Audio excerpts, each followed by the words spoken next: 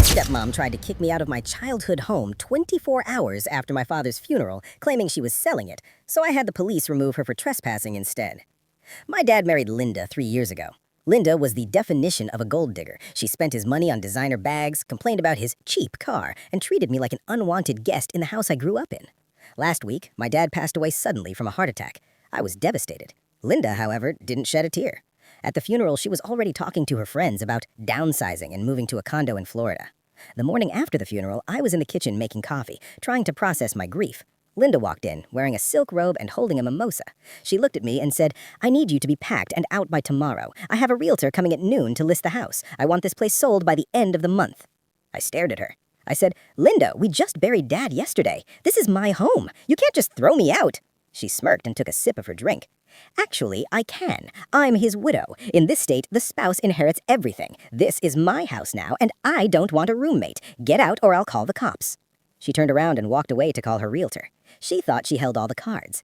But she forgot to check the actual deed to the property. What Linda didn't know was that this house didn't belong to my father. It belonged to my mother, who passed away 10 years ago. When my mom died, she left the house in a strict trust. My father was granted a life estate, which meant he had the legal right to live there until he died, but he never owned it. Upon his death, the property automatically transferred 100% to me. Linda didn't own a single brick.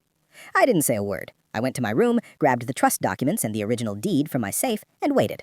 An hour later, the police arrived. Linda had actually called them. She met them at the door, crying fake tears, saying, "Officer, my stepson is refusing to leave my property. He's being aggressive. I need him removed."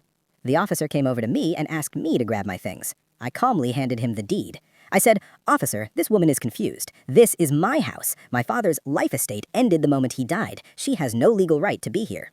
The officer read the document. He radioed dispatch to confirm the owner of record. It was me.